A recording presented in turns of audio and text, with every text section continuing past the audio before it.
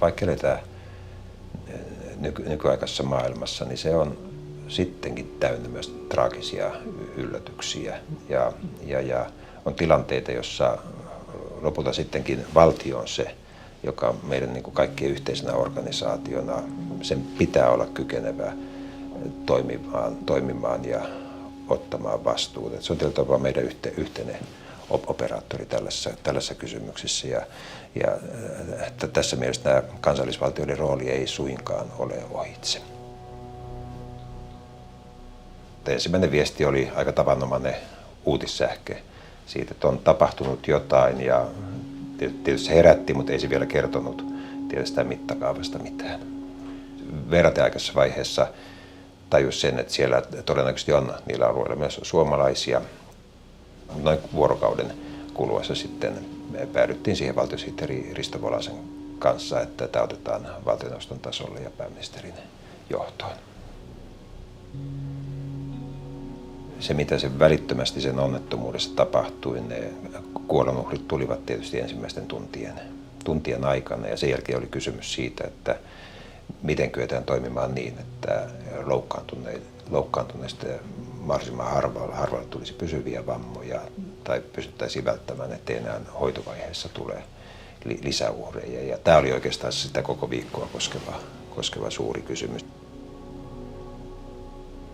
Finnairin-koneen asettaminen tämmöiseksi niin kuin tehostoa vastaavaksi kuljetusvälineeksi. Valtiosihteeri Volanen kertoi, että tämmöinen ajatus on syntynyt. Keskustelimme siitä lyhyesti. Muistaakseni totesin tai tiedostin sen, että en ole varma, riittääkö siinä, kenen valtuudet riittää tähän, minkälaisia vastuukysymyksiä siinä tapahtuu. Että entäs jos sen matkan aikana kuljetuksessa tulee uhreja, kuka niistä vastaa. Ja kyllä sen päätöksen tein tietoisesti siitä, että saattaa olla, että jos huonosti käy, niin joudun valtakunnan oikeuteen. Pääministeri joutuu tällaisissa kriiseissä niin kuin osoittamaan sen kansalaisille, että asiat on hallussa. Tätä johdetaan, tiedetään mitä tehdään. Mutta toisaalta pitää esittää myös empatiaa. Mutta missä se on se oikea raja, että se empatia tulisi valtavan helposti pintaan. Mutta se ei saa sitten häiritä sitä, että syntyisi kuva epävarmasta johtamisesta. Muistan tiedotustilaisuuteen valmistautumisen, jossa myös mahdollisista uhreista puhuttiin ja voi sanoa viranomaistieto ja arvio siitä mahdollisista kuolonuhreista olisi jäänyt muutamaan kymmeneen. Ja sanoin siinä, että en voi mennä sanomaan sellaista julkisuuteen, koska oma käsitykseni oli se, että se saattaa olla 10-kertainen. Ja sitten hain siihen sitten sellaisen muotoilun, joka ikään kuin oli ehkä valmistamassa myös kansalaismielipidettä siihen, että tämä on myös suomalaisten kohdalla, tämä saattaa koskea satoja kuolonuhreja. Suhteessa kansalaisiin ja tiedotusvälineisiin ongelma on se, että esimerkiksi kuolonuhrien osalla voidaan vahvistaa vain se, mikä on virallisesti vahvistettu. Ja yleensä on myös ajatus siitä, että ensin pitää ilmoittaa omaisille ennen kuin edes näitä lukumääriä julkisuuteen kerrotaan. Ja jos tätä periaatetta olisi noudatettu koko ajan, niin olisi syntynyt kyllä kummallinen kuva tästä. Että meillä olisi päivien ajan puhuttu vain muutamista virallisesti kuolleista ja kuitenkin sitten tosiasia oli aivan muuta.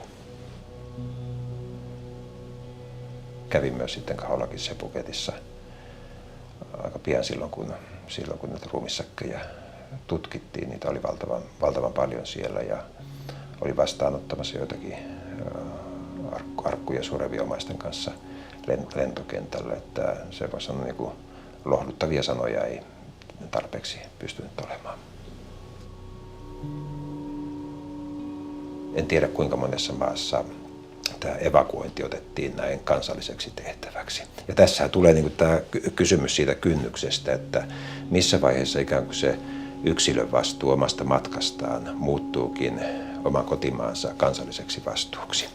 Että sitä kynnystä joudutaan aina miettimään tällaisessa tilanteessa, että jokainen lähtee omalla vastuulla matkalle, heillä on matkavakuutukset, joutuvat huolehtimaan matkustamisestaan, että mihin asti tämä ikään kuin oma valtion vastuu kansalaisiinsa toisella puolella maailmaa ulottuu. Alkuvaiheessa oli tietysti jonkin verran hallinnon sisäistä jännitettä siinä, että voiko pääministerin kanslia ottaa asian ulkoministeriön konsuliosastolta yhteisen johtoon, mutta se on inhimillistä ja sellainen, voisi sanoa, sellaiset jännitteet pitää sietää, mutta se ratkaisu sinällään kyllä tapahtui sitten nopeasti ja uskon, että kun se ratkaisu tehtiin, niin sen jälkeen tämä yhteistyö lähti pyörimään hyvin. Voin vaan kuvitella, että jos olisi suurempia virheitä tapahtunut, niin sitten sitä olisi jälkikäteen kyllä selvitelty erittäin paljon. Että kyllä siinä ilman muuta tiedostin sen, että jos tässä epäonnistutaan, jos tulee kotimaisten pelastustoimien tai ikään kuin myöhästymisen tai organisoinnin takia tulee kuolonuhreja lisää, niin hyvin todennäköisesti poliittinen urani olisi päättynyt siihen.